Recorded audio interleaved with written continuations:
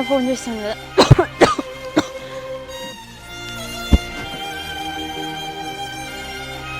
అన్నా. చెల్లె ఎక్కడనవే? అన్నా ఇక్కడ బయట ఉన్నా అన్న నేను. అవునా చెల్లె, నువ్వేం బాధపడకు, నువ్వు ఇంటికి తొందర రావే, నీకు మంచి గుడ్ న్యూస్ చెప్తా. అవునా అన్న, ఏంటిదో చెప్పన్నా. చెల్లె నువ్వేం టెన్షన్ పడకే, అమ్మ నేను ఇప్పుడే మాట్లాడుకున్నామే, నీకు నచ్చినంటే కార్తీక్ నుంచి నీకు పెళ్లి చేస్తాం, సరేనా? అవునా అన్న, ఇప్పటికైనా కార్తీక్ ప్రేమను నా ప్రేమను అర్థం చేసుకున్నావు అన్న. థ్యాంక్స్ అన్న. చెల్లె ఎన్ని రోజులు బట్టి పరువు అని ఆలోచించిందే, పరువు పక్క పెడితే నాకు నీ సంతోషం కంటే ఏది ముఖ్యంగా రే, నువ్వైతే ఫస్ట్ ఇంటికి రావే. నాకు కూడా రావాలని ఉందన్న. చెల్లె ఈ మాట నీకు ఫోన్లో కాకుండా డైరెక్ట్ చెప్దాం అనుకున్నాను, నువ్వు ఎంత సంతోషపడతా చూద్దాం అనుకున్నాను నేను. చెల్లె నువ్వు ఎక్కడ తొందర ఇంటికి రావే. కానీ ఇప్పుడు రాలేనన్నా, నువ్వు నా అమ్మ జాగ్రత్త అన్న. అసలు నువ్వు ఎక్కడ మాట్లాడుతున్నావే, ఏంది ఏడతానవా నే, ఆనంద బాష్పాలానే? ఇగో ఊళ్ళే ఎవరిది పెళ్లి కానంటూ నీది కార్తీక్ బావది ఘనంగా చేస్తానే. నన్ను క్షమించన్న, నిన్ను అమ్మను చాలా బాధ పెట్టిందన్న. సారీ అన్న. నువ్వు నాకు క్షమాపణ అడుగుడేందే, నాకు అమ్మ తర్వాత అమ్మ లాంటి దానివి. నువ్వు ఇంటికి రా తొందర, మంచిగా బిర్యానీ చికెన్ వేసుకుని మంచిగా కుమ్ముదాం ఇక.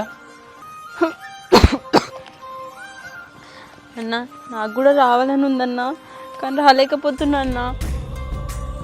ఏంటి చెల్లె ఏదేదో మాట్లాడుతున్నావు, నాకు భయం అవుతుంది. అసలు వేడు నువ్వు చెప్పవే.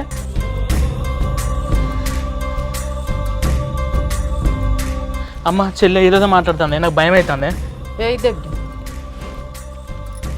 హలో బిడ్డ, ఏడున్నవే? అమ్మా అమ్మా. ఏడవకు బిడ్డ, ఎందుకు ఎడతానవే? నీకు కార్తీక్ పెళ్లి చేస్తానంటాను కదా, అసలు నువ్వు ఏడున్నవో చెప్పే.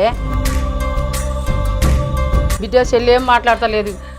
హలో చెల్లె, చెల్లె హలో, ఏడున్నావే చెల్లె? హలో అన్నా, నువ్వు కార్తీక్ అది పెళ్ళి ఒప్పుకుంటలేదు అని విషయం దాగిందన్నా, నన్ను క్షమించన్నా. అయ్యో చెల్లె ఎంత పని చేసినావే, ఎక్కడున్నావే నువ్వు ఇప్పుడు? అన్నా మరి అయ్యో చెల్లె, అమ్మ చెల్లె మనం పెళ్లి ఒప్పుకునేమని చెప్పేసి మంది రాయింది అట్నే. ఒక్కొక్క ఏడున్నది అట్లా పోదాం పారా. అమ్మ అది లాస్ట్ మాట, మరి అన్నదే మరికన్నా ఉండొచ్చే, చెప్పు ఉన్నావే. ఓ నా బిడ్డ, నువ్వు ఎంత పని చేసినవే బిడ్డ.